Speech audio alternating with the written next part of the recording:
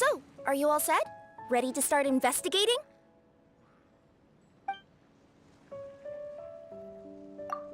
Great! Then let's go! Uh-huh. I was sure there'd be people here. There once was a goddess who ruled over fate. Before she died, she left 3 riddles for the kingdom she had created. What? Who said that? Long story short, on this day, a sentient feline, an outlander, and a diminutive pixie arrived on the scene. They saw a narrow path off to the side. Okay, but which side? Yeah, if you gave ambiguous instructions like that to a Comania Express courier, they'd give you the parcel right back and tell you to write the delivery address more clearly. Despite how obvious the answer was, the perplexed pixie and the flummoxed feline struggled to work it out. Although, perhaps a small part of the blame could be attributed to my dull narration. All right, let's try this again. The path on the left-hand side seemed to give off an enticing fragrance, as if to say, this is the way to wealth and glory. Ooh, that sounds like the start of a good story. Then what? Then what? Ah! Welcome, esteemed and noble Outlander. Allow us to introduce ourselves. We represent the 3 great clans of this realm, having been selected as its authorized historical supervisors. Our purpose being to await the arrival of one such as yourselves who shall remove the clockwork key. My name is... You're Cape, he's Albizzi, and that's Bobarano, right? You've done so much talking that we can already tell you apart by your voices. Aren't we missing someone, though? The guy who led us here to begin with? Who? And thus was born the long-awaited fellowship, destined to uncover the truth of the past. Allow me to quote, if I may, in the history of Constellation Metropole, a new page has begun. Him. Well, there's no 4th person, so which of you is the ventriloquist? Come on, out with it. We've never heard that voice before, but he sounds like he'd be good at reading bedtime stories to children. Well, whoever it is, I don't know and I don't care. Forget about him. We have far more important things to focus on, like where our journey goes from here. That key you hold is the pivot point about which the past and present of the Metropole revolve. However, between our 3 clans, there is some dispute over the historical record. Each clan has its own version of history, detailing the clan's origins and the tale of the dragon of old. And unfortunately, we don't know which one is the truth. Dragon? You mean the one that's been acting up recently? Oh, no, not that one, you adorable little pixie. When I say dragon of old... He means a dragon that would be really, really old if it was still with us today, but it was defeated in ancient times. The new one has nothing to do with our clan history. Was that supposed to be a joke? Anyway, so you've been waiting for someone to remove the key so you can finally explore the truth of the past?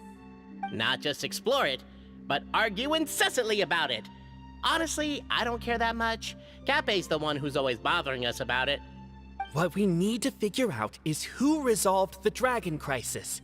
We have to know that before we can decide which is the supreme clan. The moment you removed the key from where it was lodged, you became the honorary Marquis. We humbly beseech you, noble Outlander. Noble Traveler Marquis, we ask you to help us. You and your talking Puss in Boots and the pale floating pixie. Puss in Boots? Are you serious? It's better than demon feline, but still... Embrace it, my friend, embrace it. Most cats don't wear boots or speak, do they? I'm not even a cat, I'm a Nekomata. Now that you know the word, I expect you to use it.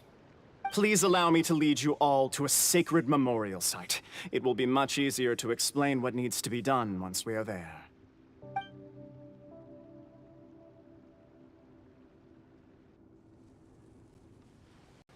This place is sacred to my clan. It's where our brave forefathers once took up arms against the dragon of old. After a bitter battle that dragged on for many days and nights, finally, our forefathers fought the dragon into submission, and it fled. They took turns, though. Some forefathers worked the day shift, while others worked the night shift. So they say. It's just a legend, though. Wait a second? Did I just hear you admit that your clan's history is just a legend? A history, legend, who cares? My clan was definitely courageous, that's the point. That's the truth.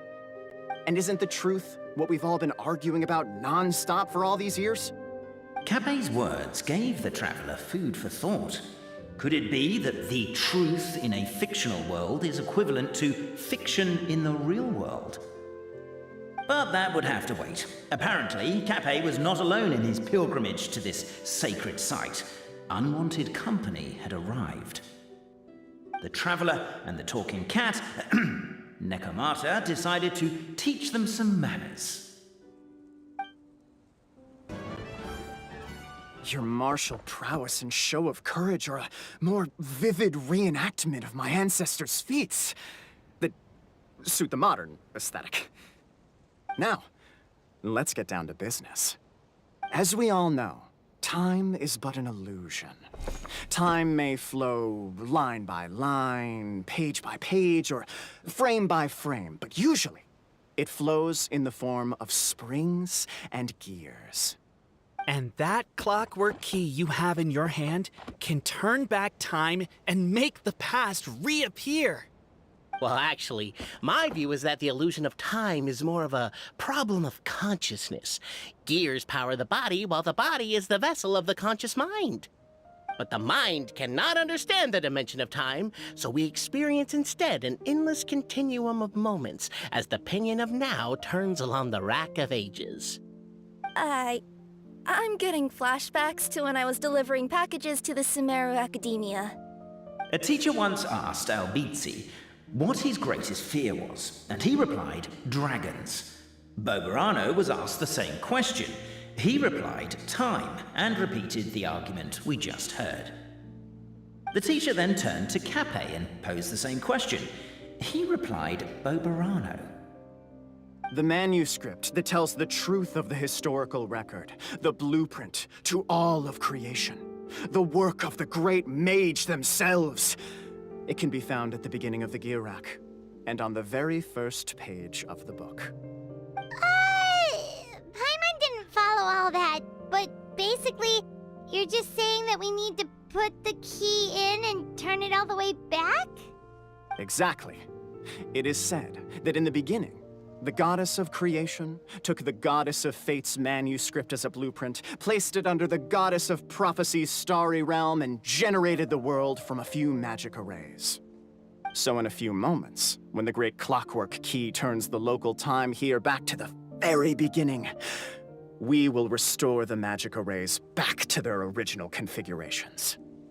Hold on, isn't stealing part of the blueprint of creation a little dangerous? Also, how are we supposed to know the original configurations of the magic arrays? Well, the general shapes of the configurations have been passed down over the ages. They now form the family crests of each of our clans. So you'll just need to reference my family crest and join the dots accordingly.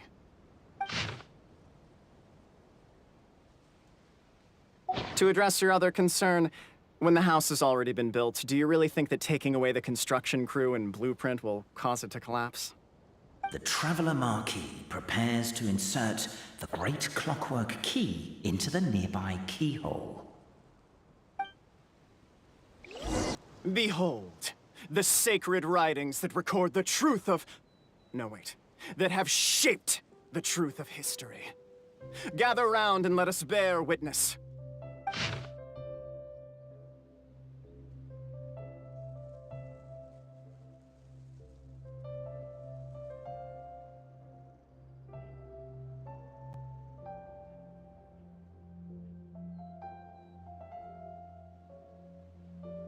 Feast your eyes, rejoice, and cheer, for this is the unquestionable truth. Look at the signature. Nobody is capable of forging that. I don't believe it. So, all along, our histories have been false? Don't lose heart, Albizzi. It does not follow from his is true that ours are false. That might be the most bogus logic I've ever heard. But keep up the mental gymnastics, Boberano. I've been waiting for that look of jealousy on your face my whole life, and I'm gonna savor it. And yet, it seemed that this conundrum could indeed have more than one solution. Everyone agreed that there may be more than one truth. The party decided to visit the sacred sites of the other clans and see what their documents had to say. Isn't a narrator supposed to remain detached and objective? It feels like you're forcing a narrative agenda on us here. Oh, whatever. I'm in a good mood. Let's do it. The instructions say to repeat the process 3 times, and besides, I'm looking forward to watching you both be sorely disappointed. Let's do my clan next. I'll lead the way. The party finds no pedestal in which to place the great clockwork key, only a locked door. Where's your clan's pedestal? Oh, let me guess, you hid it away in advance to save yourself the embarrassment of having it exposed as a fake? You done? Okay. Now, since my clan's main claim to fame is... Misinformation, half-truths, and fabrication. Ah, shut up, Cape. Shut up, Cape!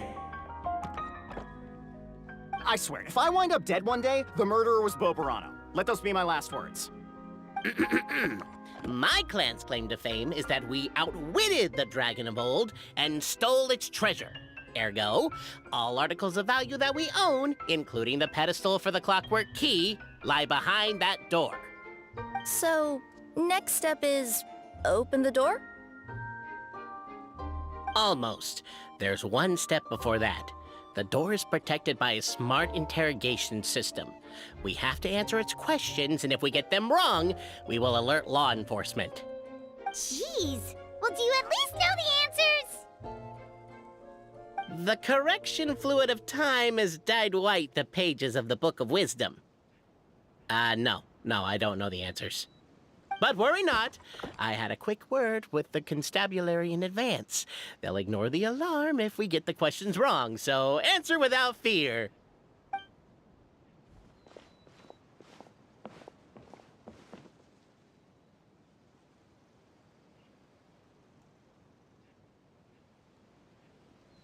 Question 1. Who is it?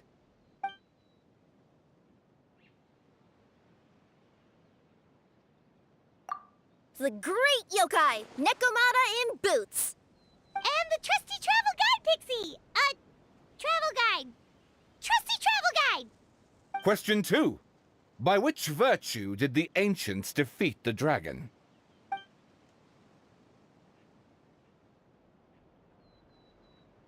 If this is the right answer, I swear I'll... Correct! What? A barefaced lie. So low. Question 3. Which is more real? The fiction of the outside world, or the truth of this world? Hear, hear! Who can be sure that the outside world isn't just a dream, and that when the dreamer wakes up, they won't just find themselves inside a novel? There is no way to know, therefore both are equally real. All correct. You may have the key pedestal.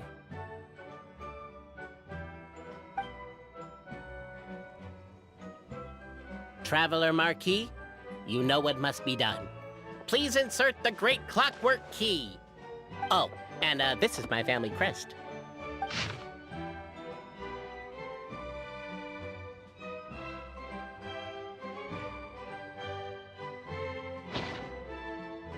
Now, let me see what...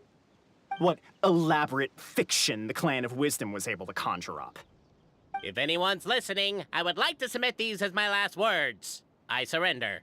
I'm the one who murdered Cape.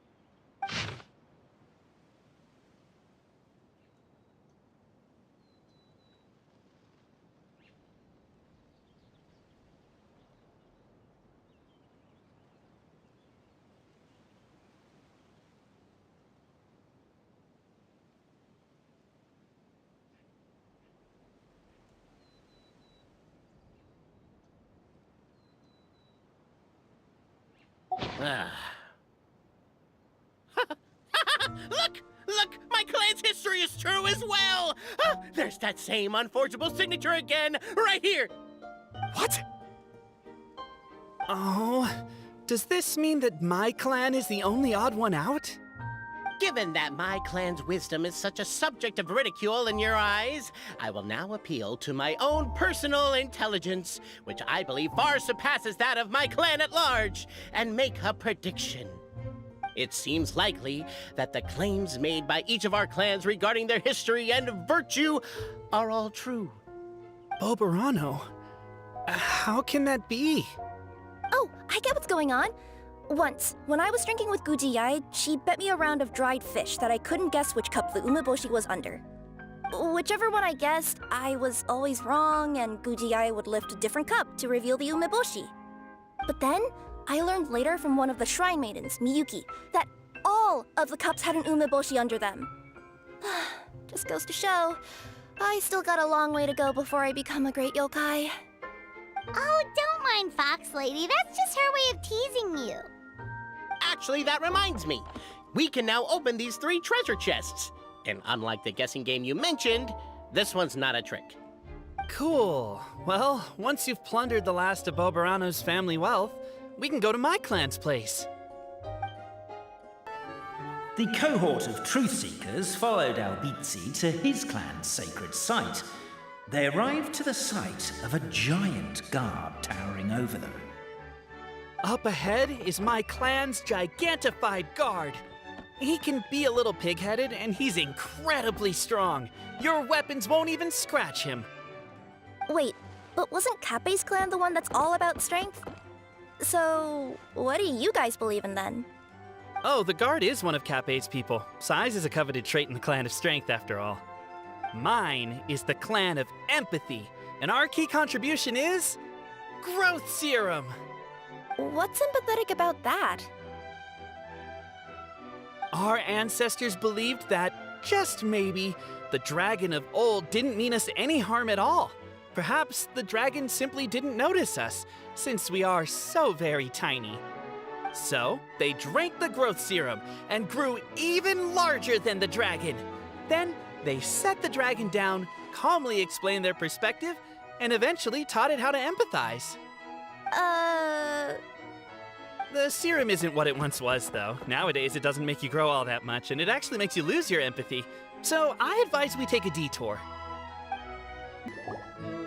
Everyone, I have returned!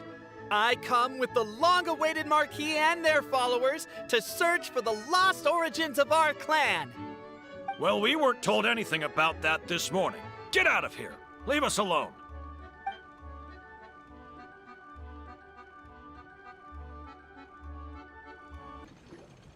We should be getting close. Why is this place so full of junk? Are you the kind of people who never throw away the box when you buy something because you're worried you won't be able to return it without the original packaging? We'll never find the Oracle Pillars in all this mess. Never mind that. We have a more pressing issue. It seems there's a slight problem with my clan's family crest. The Marquis may need to utilize their wisdom to solve the issue.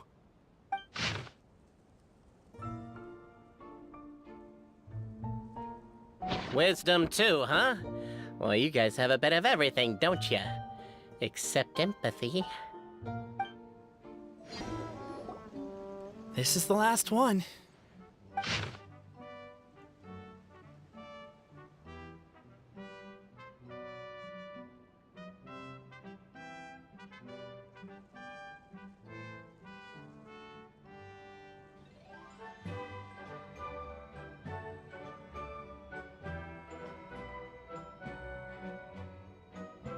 The signature. So it's true. Empathy is one of the founding virtues of Constellation Metropole, too. Just as we suspected, all 3 are the truth. Okay. Well, this is a lot to process. I feel a little empty inside. Yes, we found the truth, but there's too much truth. I get you. It's like in Inazuma, when there were only 6 books in the Mirage Warrior series, it was really popular. But by the time book number 88 came out, nobody wanted to read it. They all lost interest. A brief moment of joy is drowned out by a growing feeling of melancholy. But perhaps there is a glimmer of hope to be found too? Anyone? Anyone? All right, I'll say it. How is it the case that these three versions of history can all be true at once? That's exactly what Paimon was wondering, but Boborano kind of already explained it away earlier. So Paimon was worried she'd look stupid for asking the question. It's not a stupid question at all, my dear little pixie. While I did postulate that different truths may coexist, there is an issue when it comes to these three truths in particular. The problem is, all three truths are the history of the exact same thing, namely the dragon and the Metropole's origins. Yet all three bear the signature, showing that they're genuine.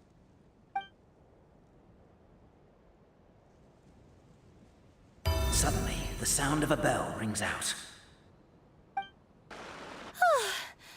We made it out. Don't know if we'll still be needing this clockwork key, but I yoinked it out before we ran, just in case.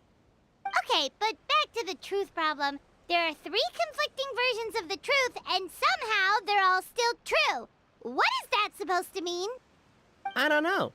I doubt anyone here in Simulanka could make sense of it. All we do know is that any manuscript bearing her signature has to be valid. Well, she is the goddess of fate, the creator of all this. And all these manuscripts are her grand design. The reason we argued about who was right was that we didn't know enough about the truth of the past. But now we have the truth. So we just have to accept it. As surely as we will follow the clockwork path designed for us, so is this the course that history has taken. It is clear and incontrovertible. We will never argue again. Thank you all. Is that all there is to it? Is this where the decision made at the first crossroads of destiny has led us to? A pointlessly happy ending? Overthinking it would be equally pointless. Well, that's enough for one day. Time to take a break. Could you be any more cryptic? You're planning something. Paimon knows it. Whatever happens, today was a breakthrough in my journey of discovery. I will go back and share it with my clan. Me too. And me. Let's leave it there for today then. I'm sure we'll find out what else Mr. Narrator has planned for us tomorrow. Oh my god, this is terrible! I don't understand. The three great clans of Constellation Metropole have finally made peace with each other. Who could have done this? What happened? Oh no, someone's lying on the ground. Cappe! How did this happen? Cappe, you idiot! Wake up! You need to revise your last words or everyone's gonna start suspecting me! Last words. What did he say? If I wind up dead one day, the murderer was Boborano. Ugh, you could have at least pretended to not remember it. I'm sorry, Boborano, but this is an interrogation. I have to give the detective straight answers. Don't worry, Boborano. I don't consider you a suspect, nor do I have the authority to charge anyone with a crime. So, are you the last people to have had contact with him? My sincere condolences. You were travel companions, right? It's a real tragedy. I'm afraid he'll be out cold for another hour and a half, at least. Huh? Yeah, I know. It's despicable. Hitting someone in the back of the head is the second worst act of cruelty there is.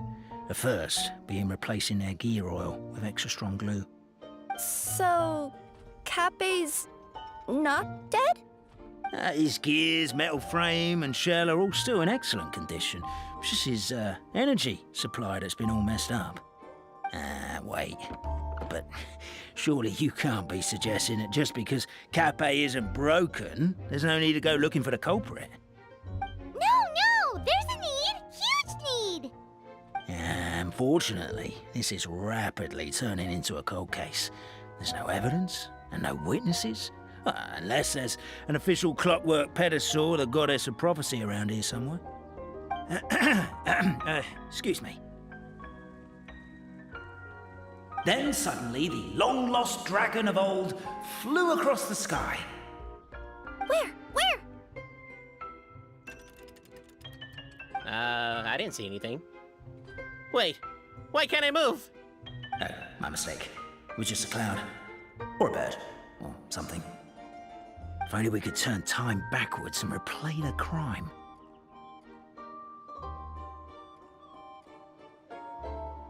Isn't that one of those, clockwork socket things right behind you? Ah, so it is. No wonder everyone here is suddenly struggling to move. Traveller, if you please, let's recreate the crime scene. Well, that clears it up. Cappe was walking along the street, and he suddenly collapsed. He was faking it. What? So case closed? Aren't you supposed to investigate a little more first? Well, we literally replayed the crime scene and saw it with our own eyes. There's no need for any evidence gathering or powers of deduction now. And besides, maybe the truth is inherently strange by nature. Like how Constellation Metropole has 3 histories, each of which is the truth. But didn't you say Cappe was struck in the back of the head and knocked unconscious? For all I know, he could have bashed his head against a toilet bowl before leaving the house, then walked here in a daze before finally passing out. As for why he might have done that, my guess is...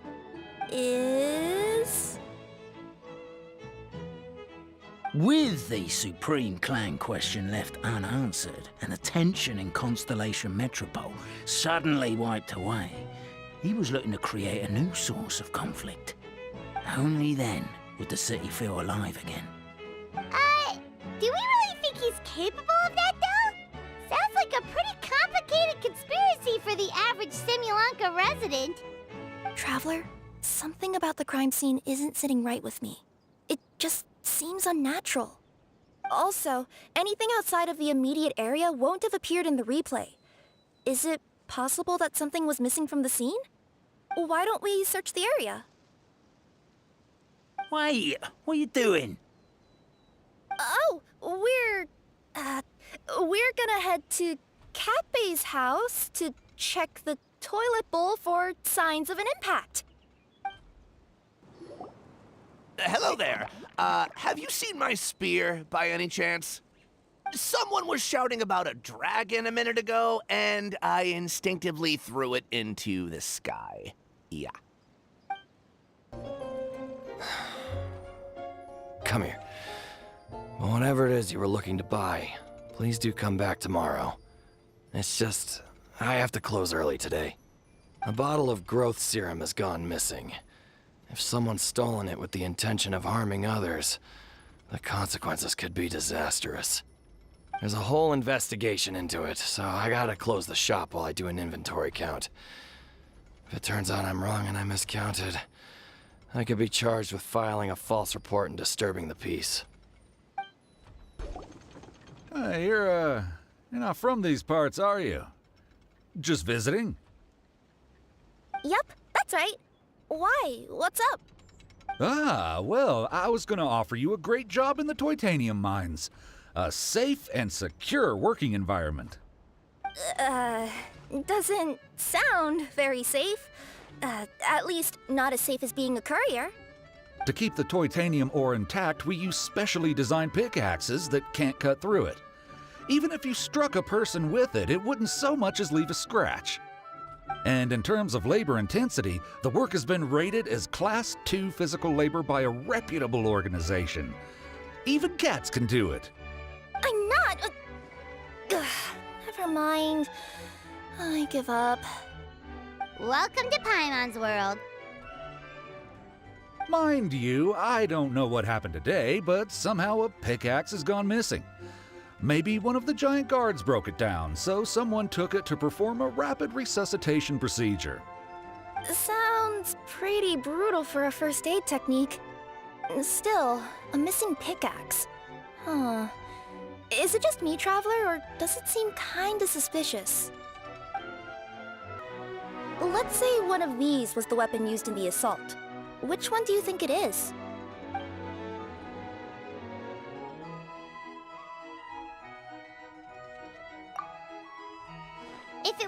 pickaxe. Cappy sure is lucky it's not still lodged in his head. Actually, you're wrong there, Paimon. The foreman at the mine was just saying, this kind of pickaxe is designed not to damage titanium, so it couldn't cause any superficial damage to residents here. But you could probably knock someone out if you hit them hard enough, and it wouldn't leave a scratch. Let's take this back to the crime scene and replay it one more time. Ah, you're back. How was the toilet at Cape's house? Toilet? What about it? Oh, yeah, forget that. What's this about? What are you trying to say? We thought the way Cape fell looked odd, so we searched the area for suspicious items and found this.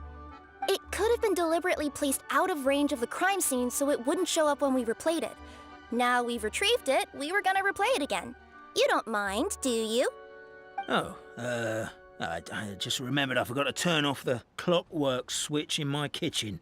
Yeah, I think I'll just, Oh, no, you stay right there.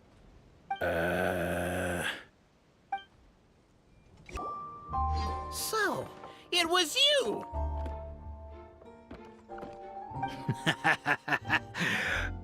I would congratulate you for cracking the case, but since I did such an abysmal job of covering my tracks, didn't exactly have your work cut out for you.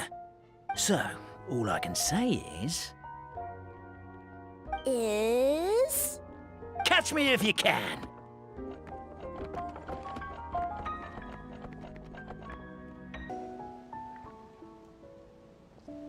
You've got nowhere left to run! All right. I confess. That was fast. Getting caught by you here was a backup plan. I don't know if what I've done will make things better or not. Time to come clean. I am the narrator, the one who's been guiding you all this time. Okay, I guess my voice acting skills have some room for improvement. Anyway, I only did what I did because... Why are you suddenly spilling the beans? I poured my heart and soul into all this. I was worried you wouldn't ask. The truth is, I was one of the first conscious beings ever made by the goddess of creation. And I've known for a long time that this whole world is just a fairy tale written by the goddess of fate. I know they say that fairy tales are just made up for kids to read, but I refuse to believe that fairy tales are just fictional stories and nothing more. The reason why Constellation Metropole has 3 origin stories is that the Goddess of Fate wrote 3 drafts and couldn't decide which one she liked best. Then her cat trod all over them, and they all got crumpled together, so the 3 worlds just sort of folded into one. The Goddess of Fate was torn between them anyway, since she couldn't decide which ending was best for the dragon or the kids. So when she saw what the cat had done, she simply decided to go with all 3. Who'd have thought? But what does any of this have to do with what you did? You're not a fictional character, so you couldn't hope to understand my sorrow. Honestly, I don't think there's anyone in all of Simulanka who would understand. Every day that I experience, every interaction I have with another person, is it really all just a work of fiction? The only reason the 3 great clans wanted to find out the truth was for the pointless task of electing the supreme clan. I thought that once they'd learned the truth, it might make them curious enough to investigate further. But as it turned out, they just accepted it and carried on living the same old lives. I have to motivate them to keep looking for answers now that they think they've learned the truth.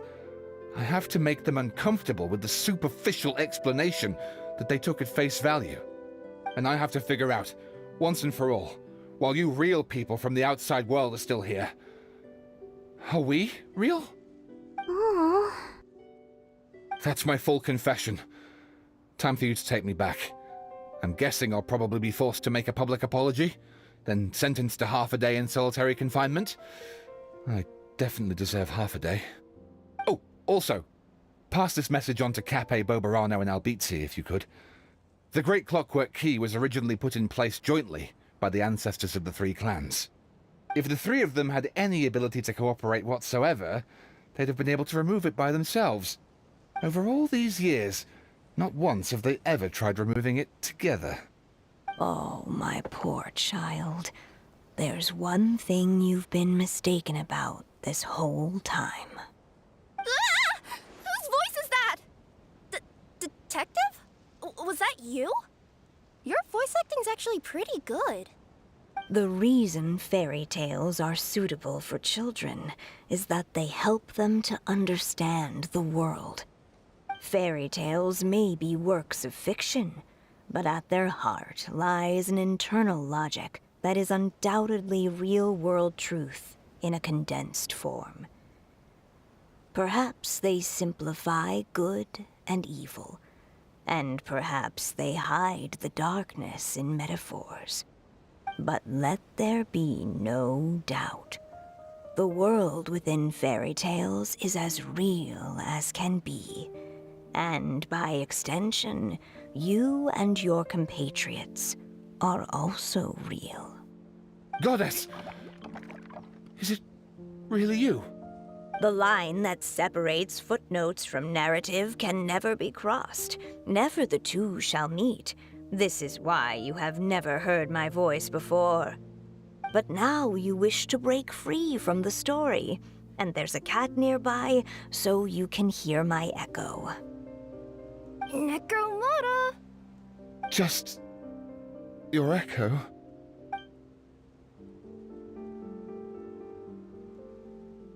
Oh, poor detective. So, we are a part of the real world too.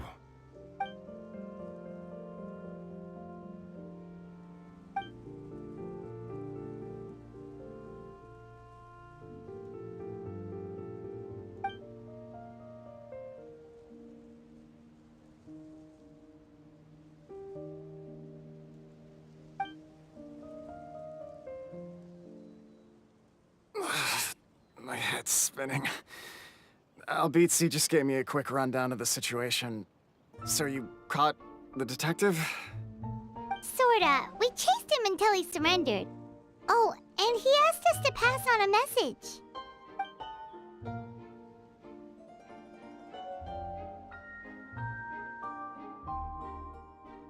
Does he really think we didn't try that? 'Cause we did, after 6 months in that place. Ah, that was my bad. I thought it was a stupid idea at the time, so I didn't really exert myself. I also sort of stopped trying after 3 years. You... Never mind. I'm partly to blame as well. On the second attempt, I just hugged the key and pretended like I was pulling as hard as I could. You guys are so lazy. My granny's neighbor's pet cat has nothing on you, and it spends all day, every day sunbathing. Anyway, you said you heard the voice of the Goddess of Fate at the end? That's amazing. There is a world beyond our own after all. What would you guys say to taking a trip to the outside world sometime? Otherwise, I got bashed in the back of the head for nothing. Depends. Do either of you know how to get there?